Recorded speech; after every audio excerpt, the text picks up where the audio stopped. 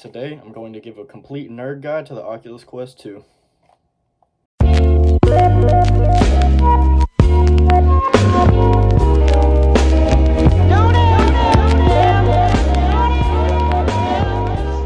This headset was released in October of 2020, and I've had it for about 3 months now. And I have to say that this is one of my favorite pieces of tech that I've ever owned, and that you can get a lot of value out of this thing, even if it does come with a high price. The retail price is currently, $300 for the 64 gigabyte configuration. It's available basically at any major retailer, Walmart, Newegg, Amazon, anywhere really. You can also buy a 256 gigabyte version for $400, which will get you more games stored on it, but really you don't exactly need that. It has a 1832 by 1920 per eye solution, so that comes up to about 1440p, and it has, or just over 1440p, and it's got a 90 hertz refresh rate, so it makes it look a little more fluid when you're in the game. So let's talk about the design. So this thing comes with, this thing comes with a Snapdragon XR2 chip and 6 gigs of RAM. As you can see, there's the eyepieces, and if you pinch or pull out, you can actually adjust the spacing by a few inches, depending on how big your head is. This band right here is adjustable. This goes left to right. This will increase the size of this piece. I don't want to do it because I don't like finding it, but you can also change this Velcro, and that'll adjust this tightness. It's got a nice plush like fabric pad all around here, and it really doesn't feel like you're wearing a headset. It's pretty lightweight. Let's see, the weight is 500 grams, so it's roughly half a kilo. So that's like, it's like 1 pound, just over 1 pound. It charges with USB-C, and there's an aux there to connect wired headphones. And then on this side, here's the power button. If you press it, it'll go to sleep, and if you hold it down, it'll turn off. Here's the volume button. There's volume up and volume down. And then you can see there's 4 sensors. There's one right there, and then 2 on the bottom. Those are a mixture of infrared and visual light sensors. So when you're in the dark, these don't work. Like, you have to have some light in the room, because it's kind of picking up the light around there. One thing I've noticed is that if you get your phone out and you have Face ID on your phone, you can actually see the infrared light beaming into the sensors, and it's actually quite blinding. It's pretty bright. So onto the controllers. Whenever you pick them up, you'll see that they'll turn on, they'll sense your hands, and it's got these like Wii Fit kind of adjustable straps. They're pretty durable string. These are not rechargeable. You have to take these side panels off. People don't usually cover this in reviews, but it's like basically a remote. You just push down, and then you can see there's the battery in there. You can usually get, I'd say you could probably get a month or 2 of gameplay out of a single battery cycle, so it's not too bad. I'd say probably 2 months is a good estimation, just depending on the batteries you have, and that's like playing like every day for 2 or 3 hours. That's about how much I used it for the first month or 2. Then beyond that, it's an Android-based software, so it's basically like, it's like a phone software in that you can literally modify how it works. If you know anything about open source software, you can actually modify the games and mods or anything. They don't tell you that, but that is one of the major cool things about this. So yes, and it has LCD displays, not OLED. The battery life, you can usually get about 3.5 to 4 hours depending on the game, which is enough, because at a certain point you're going to get kind of fatigued from standing around and moving around a lot, especially if you're playing a pretty demanding game like a boxing simulator. I can usually only play boxing games for 30 minutes at the most. The The controllers, so I didn't really get into this, but the controllers, on this one, you'll see there's a menu button right here, which can access your in-game menu and X and Y. This will be your left-hand controller. Then there's your move button. In certain games, you'll use that to move around. And then there's your trigger and your grip, so you would hold it like that. And if you're holding something, you hold it like that. If you're holding a strap, then you can use this as the trigger. Same thing over here, it's got those, except it replaces X and Y with A and B, and then there's the Oculus button, which is used like a PS4 button or an Xbox button. It takes you out to the menu, brings up the menu tray. And let's see, past design, there's the games on there. So the games that you can get on the Oculus store are pretty limited. They're not like, AAA titles. Beat Saber's one of my favorite ones. You can get Super Hot. That one's pretty fun. It's more for like speed running. I just got a boxing game like I was talking about.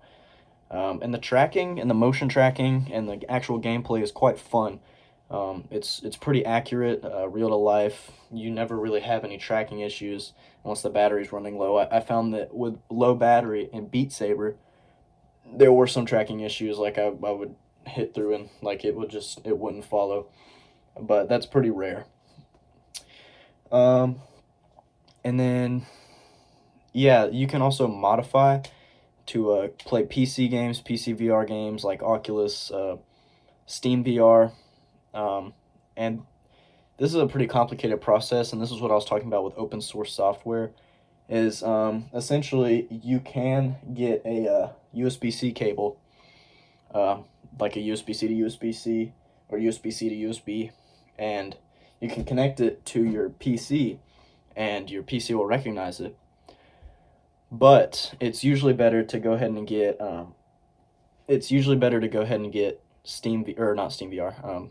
Virtual Desktop, which is a way to literally use your router and the 5G or I believe it's 5 gigahertz connection. I don't really know much about Wi-Fi, but if you have a certain type of router, it's like the most commercially available one. You can actually stream the game from your computer to your router to here, and you don't even have to have a good internet connection. So like if you have crappy internet, then it's usually going to work just fine because it's not actually going to the internet. It's going just from here to your router to your computer and back and forth. There's not much latency, honestly.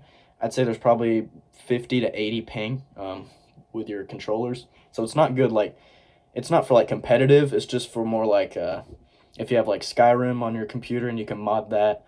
You can mod Minecraft. I play VR Minecraft. So getting back to that wireless thing, this is the less supported, less talked about way of doing it, but essentially what you would do is you would download this thing called Virtual Desktop through the Oculus store, and then you would also get the compatible software on a computer for Virtual Desktop if you just look it up. And then so once you have those, you'll download it on here, and then you'll go into this software and boot it up. And essentially what you have to do is you have to get Steam VR, and that will help basically like stream your games, I guess. So you'll have to get Steam VR. I believe you have to download some Oculus software. You'll have to download an Oculus app, but you can find more in-depth videos. Editor's note, hey, it's me again. I just wanted to say that I said you can find other videos.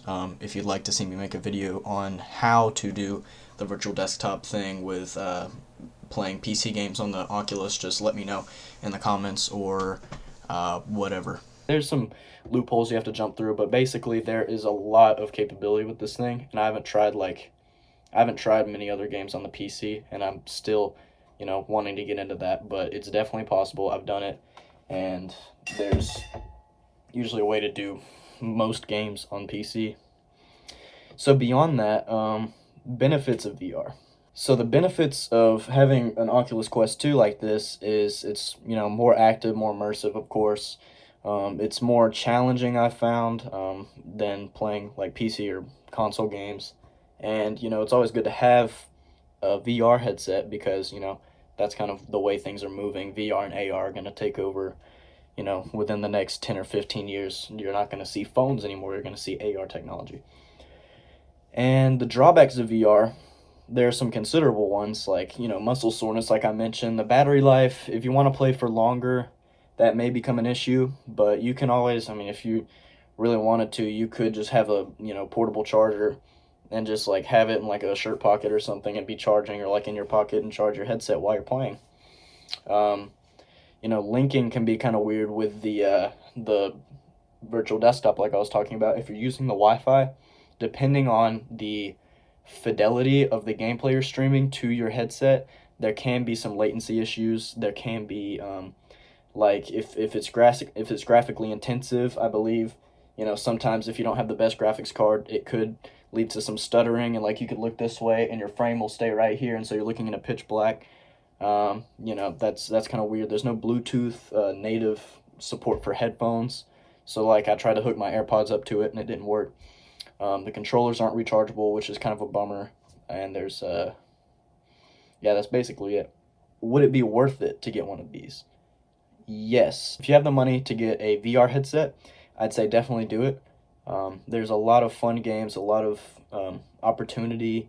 You can watch movies and videos. You can do all kinds of stuff. You can go on virtual experiences. You can look at, 3D animations. It can be used for, if you make 3D content. You can do certain engineering things. It's super versatile. You can do a lot of stuff with it. And you just kind of have to tinker with it, go think outside the box with it. It's open source code, so you can do really anything with it. It's not like an Apple device, which you kind of have to just get it and follow what they tell you to do. No, you can do really whatever you want with it.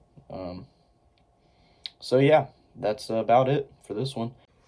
I forgot to mention, it comes with a USB-C double-end 3-foot cable. It's pretty high quality, and it comes with a 10-watt it comes with a 10-watt brick charger. It's about as big as the Apple one. It's a little smaller, so I don't know. It's kind of a size. And then comes with batteries and the controllers already, so you don't have to worry about that. Thanks for watching. If you liked, I guess like and subscribe. If you didn't like, dislike, and don't subscribe, and leave a hate comment. Peace.